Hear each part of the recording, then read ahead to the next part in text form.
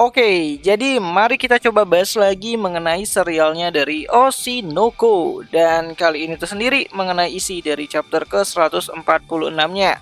Spoiler ya, tentu aja video kali ini tuh sendiri bakalan mengandung spoiler. Jadi jika kalian itu tidak keberatan, yuk mari kita coba lanjutkan.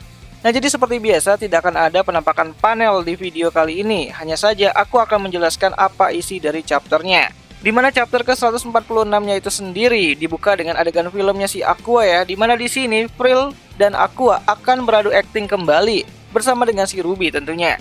Ya, jadi pada adegan kali ini itu sendiri gitu kan, Frill sebagai Airi mengatakan kalau Hikaru sebagai Aqua boleh saja pergi dari dirinya. Namun Airi yakin suatu saat nanti Hikaru akan kembali kepada dirinya. Karena di dunia ini yang bisa mencintai Hikaru hanyalah Airi seorang. Ya, bahkan Ruby sebagai ayah Hoshino pun tidak bisa menjamin kalau ia beneran bisa mencintai Hikaru. Ya, jadi saat Hikaru menanyakan apakah Ai mencintai dirinya, Ai hanya bisa menjawab kalau dia itu tidak tahu. Ia baru merasakan hal baru seperti mencintai dan dicintai saat bertemu dengan si Hikaru. Jadi dia tidak bisa menjamin di masa depan ia akan tetap bersama Hikaru atau enggak. Namun biarpun begitu, Hikaru akhirnya pergi bersama dengan Ai dan meninggalkan Airi.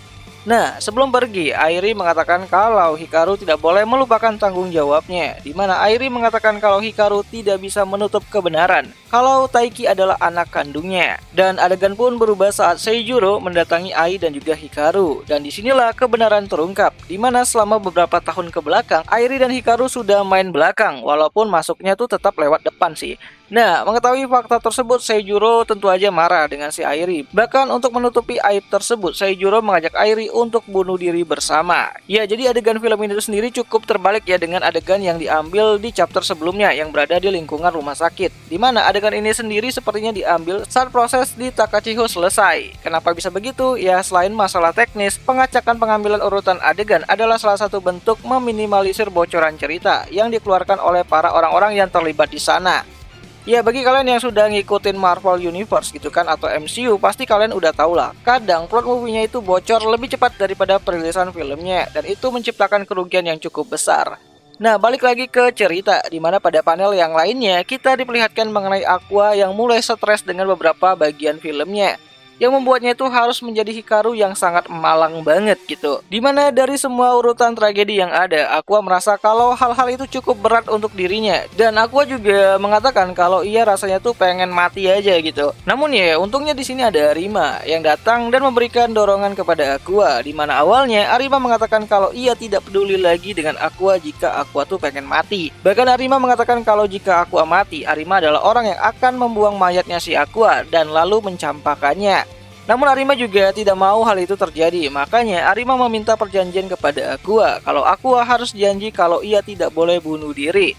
Dan Aqua pun tersenyum mendengar hal tersebut sambil mengatakan kalau jika bersama dengan Arima, ia bisa menjadi dirinya yang apa adanya tanpa topeng sekalipun. Sederhana sih, tapi Akane mana bisa gitu. Nah, di sini Arima juga membuatkan sebuah cemilan untuk Aqua agar Aqua ini tuh bisa sedikit tenang lah.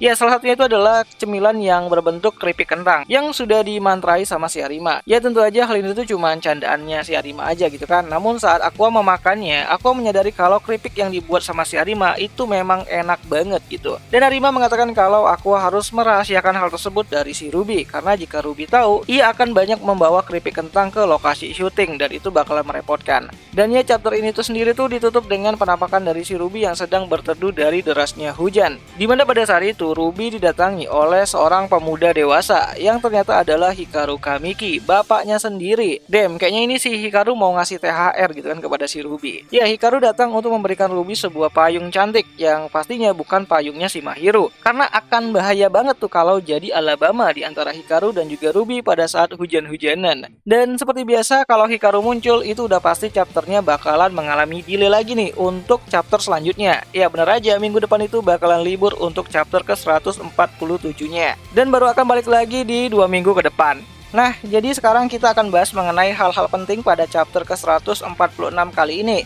Dimana pada adegan film yang dibuat sama si Aqua, kita dikasih tahu kalau dulu Hikaru dan Ai bertemu dengan si Airi untuk pamitan. Dan itu bisa menjelaskan mengenai informasi kalau setelah bertemu dengan Ai, dan Ai melahirkan anak-anaknya, Hikaru sudah tidak lagi pergi ke sanggar Lalarai, yang artinya sudah berhenti. Dan untuk Aqua sendiri, sepertinya dia memang berencana untuk bunuh diri setelah filmnya itu selesai dibuat nantinya. Alasannya ya mungkin untuk mendongkrak popularitasnya si Ruby, maka harus ada skandal besar di film tersebut untuk bisa diingat oleh banyak orang ke beberapa tahun ke depannya. Seperti ada aktor yang mati setelah filmnya rilis dan menciptakan konspirasi gitu kan, dan pemberitaan di media massa. Ya bisa aja sih seperti itu. Namun yang paling menarik adalah mengenai pergerakannya dari si Hikaru. Ya jadi itu entah disengaja atau tidak, Hikaru datang menemui si Ruby di saat proses film sedang dibuat ataupun sedang diproduksi. Dimana bisa saja di sini Hikaru mencoba untuk mempengaruhi aktingnya si Ruby saat menjadi Ai setelahnya. Dimana hal ini bisa berakibat baik dan juga buruk sih. Baik jika si Ruby ini tuh bisa berbohong seperti si Ai, namun buruknya kalau Ruby tidak akan bisa berakting lagi seperti sebelumnya. Dimana sejauh ini Ruby sudah mampu melakukan akting emosionalnya.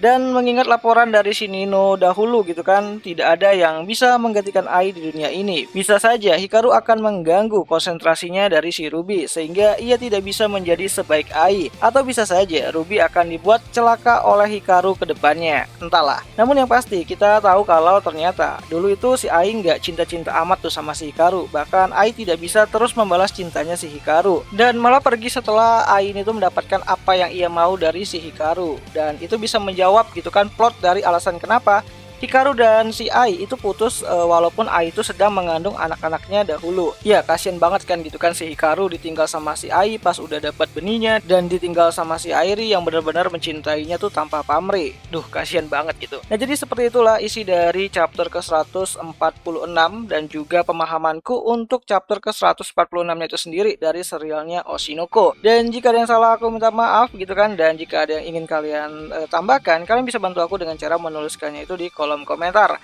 Dan jika kalian itu pengen lihat panel-panelnya, kalian bisa tunggu sampai hari Kamis atau Jumat saat chapternya itu full rilis di web-web kesayangan kalian. Dan untuk kabar tanggal rilis juga kapan season keduanya dari Oshinoko ini tuh bakalan ditayangkan kembali.